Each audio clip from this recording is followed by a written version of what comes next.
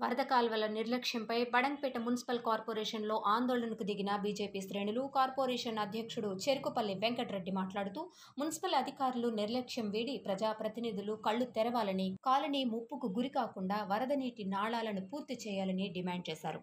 2022లో 64 లక్షల అంచనా వ్యయంతో అప్పటి మంత్రి సవితా ఇంద్రారెడ్డి ప్రారంభించిన పనులు ఇప్పటికీ పూర్తి కాలేదని విమర్శించారు. భారీ వర్షాలు పడితే కాలనీలు ముంపుకు గురైతే కమిషనర్, మేయర్ బాధ్యత వహిస్తారా అంటూ ప్రశ్నించారు. 8 రోజుల్లో వరద నీటి కాలువల సమస్యకు పరిష్కారం చూపకపోతే బడంగ్పేట కార్పొరేషన్లో పెద్ద ఎత్తున ఆందోళన నిర్వహిస్తామని వెంకటరెడ్డి తెలిపారు. గురైందంటని చెప్పి భారీ వర్షాలు వస్తే లోతట్టు ప్రాంతాలు ఆ కాలనీవాసులని జలమయమవుతాయని చెప్పి భారతీయ జనతా పార్టీ నిరసన కార్యక్రమానికి పిలిపిస్తే వర్షాన్ని సైతం లెక్క చేయకుండా వచ్చినటువంటి భారతీయ జనతా పార్టీ శ్రేణులు, కార్యకర్తలు, నాయకులు, మా మహిళా సోదరిమణులు, ముఖ్యంగా పత్రికా విలేకరులు కూడా వర్షాన్ని సైతం లెక్క చేయకుండా వచ్చినందుకు మీ అందరికీ కూడా నమస్కారాలు తెలియజేస్తున్నాను. మనం ఎక్కడైతే ఈరోజు ఇలవాడ ప్రాంతం ఏదైతే ఉందో అనాదిగా నాదర్గుల్ నుంచి పరిసర ప్రాంతాలు హైదరాబాద్కి వెళ్ళాలంటే ఈ ప్రాంతంలో లోతట్టు ప్రాంతము సింగమోన్ గండి అని దీనికి ఒక పురాతనమైన పేరుంది. ఈ ప్రాంతంలో నుంచి ఎగువన కురిచే వర్షాలకు నీరు ఈ కింద నుంచి 58 సర్వే నంబర్, 59, 60 సర్వే నంబర్ల నుంచి నీళ్ళు కింది భాగానికి వెళ్ళిపోయి బడంపేట పెద్ద చెరువు నుంచి మీర్పేట చెరువులకు పోతుంది, అనాదిగా పోతుంది.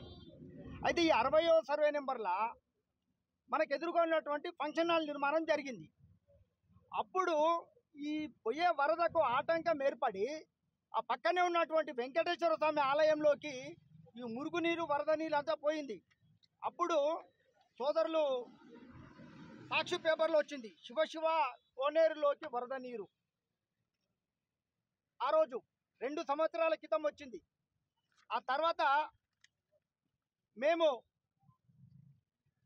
ఈ వరద నీటికి శాశ్వత పరిష్కారం కోసం చేసినప్పుడు గౌరవ కేటీఆర్ గారిని, ఇక్కడ ఉన్నటువంటి అప్పుడు మంత్రి సబితా ఇంద్రారెడ్డి గారు, ప్రస్తుత ప్రాతినిధ్యం వహిస్తున్న మేయర్ గారు, ఈ పాలకవర్గం వీళ్ళందరూ కూడా కేటీఆర్ తోటి ఎస్ఎన్డిపి నాలా నిధులు తీసుకొచ్చి ఈ ప్రాంతంలో వరద నీటి కాలువలు శాశ్వతంగా నిర్మిస్తామంట చెప్పి ఇక్కడే పక్కకున్నటువంటి ప్లేస్లో 64 కోట్లకు శిలాఫలకం వేసిరు.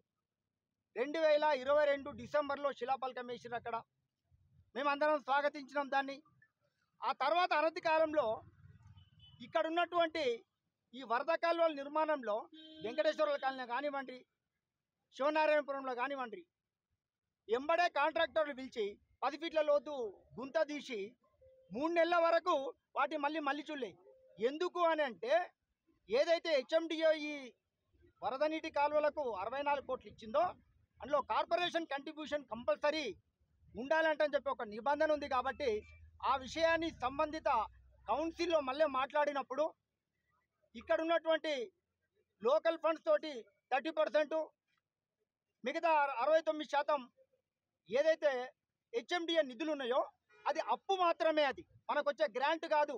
ఆ అప్పును మళ్ళీ మనం వడ్డీతో సహా మనం ఇచ్చే ట్యాక్సులు ఇవైతే ఏదైతుందో వాటితో వడ్డీతో సహా మరి తిరిగి చెల్లించే విధంగా అక్కడ మనకు 64 కోట్లు శాంక్షన్ అయింది. మనం అందరం కూడా స్వాగతించినాం. ఆ తర్వాత మళ్ళీ ఎవరైతే కాంట్రాక్టర్ ఉన్నాడో టెక్నికల్గా తీయకుండా అడ్వాన్స్గా 4-5 కాలనీలలో తీసి మొత్తం 10 ఫీట్ల గోతులు తీసి నెలల తరబడి ఉంటే వర్షాలు పడ్డప్పుడు ఆ ప్రాంతంలో ఉన్న ఒక 20 ఇండ్లు కూలిపోయే దిశకు వచ్చినాయి.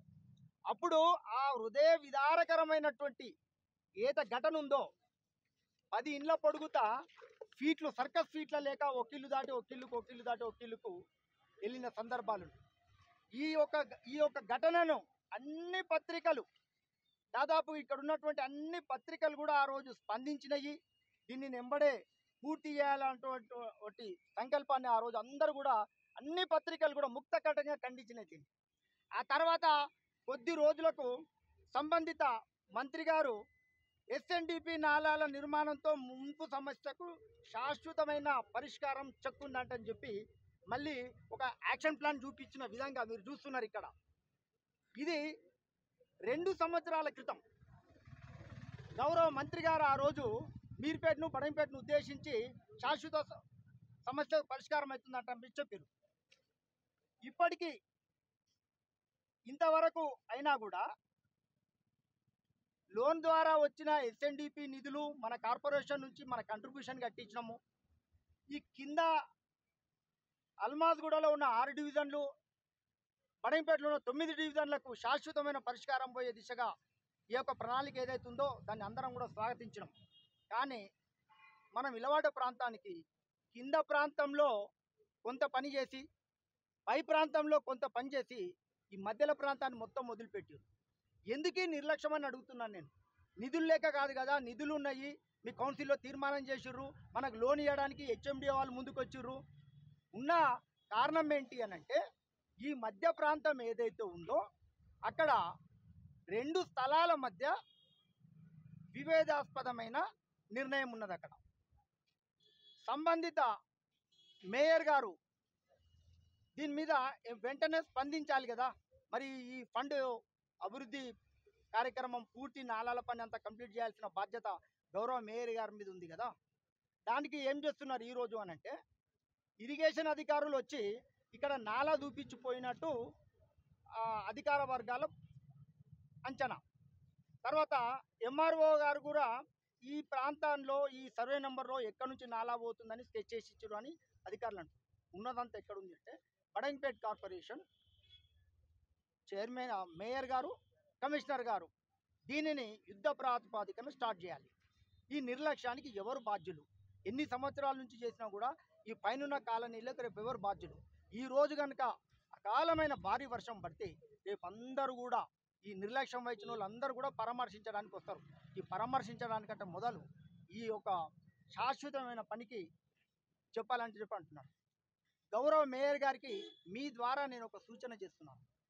ఈ కార్పొరేషన్లో గతంలో అధికారులు చేసినటువంటి పనికి గాను స్వచ్ఛ భారత్లో ఒక పురస్కారం వచ్చింది అని మనందరికీ తెలుసు కదా. ఒక సంస్థకు పురస్కారం తీసుకున్నప్పుడు ఎట్లయితే నువ్వు ఆనందంగా వెళ్ళి స్టేజీల మీద పురస్కారాలు తీసుకున్నావో, మరి జరగని పనులకు తిరస్కారాలు కూడా ఉంటాయి కదా. మరి జరగని పనులకు ఎవరు బాధ్యత వహించాలి? ప్రథమ పౌరాలు మేయర్ గారే బాధ్యత